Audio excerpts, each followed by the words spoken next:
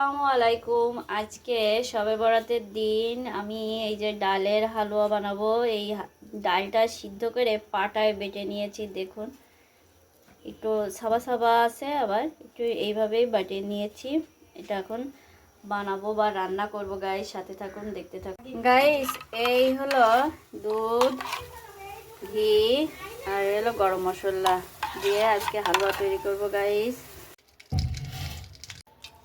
তেজপাতা, গরম মশলা দিয়ে চিনি দিয়ে দিলাম। এবার গুঁড়া দুধ দিয়ে দিচ্ছি, দিয়ে এটাকে একটু ভালো করে জাল দিয়ে নেব।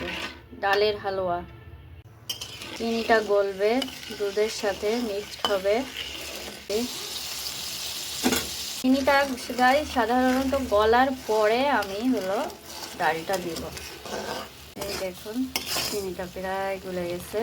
এখন আমি এই ডাল দিয়ে দিলাম।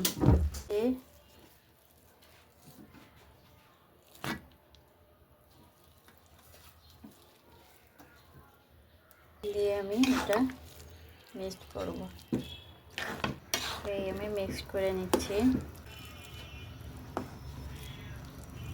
গাইস এই দেখুন, এই যে এরকম করে ঘুটে ঘুটে নাড়াচাড়া দিয়ে আস্তে আস্তে করে নাড়াতে হবে। অনেক সময় লাগে ডালের হালুয়া বানাইতে।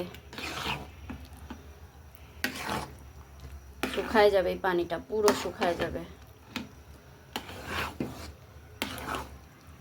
এরকম কিভাবে ফুটতেছে, থেকে থেকে এরকমভাবে নেড়ে দিতে হবে। না নাড়লে তলায় আবার লেগে যাবে। আস্তে আস্তে নাড়তে না যাবে। ডালের হালুয়া অনেক দিন পর রান্না আর ভিডিও দিচ্ছি গাইস, জানি না কেমন হচ্ছে। এই যে প্রায় দলা পাকায় হয়ে আসছে এতক্ষণ পরে।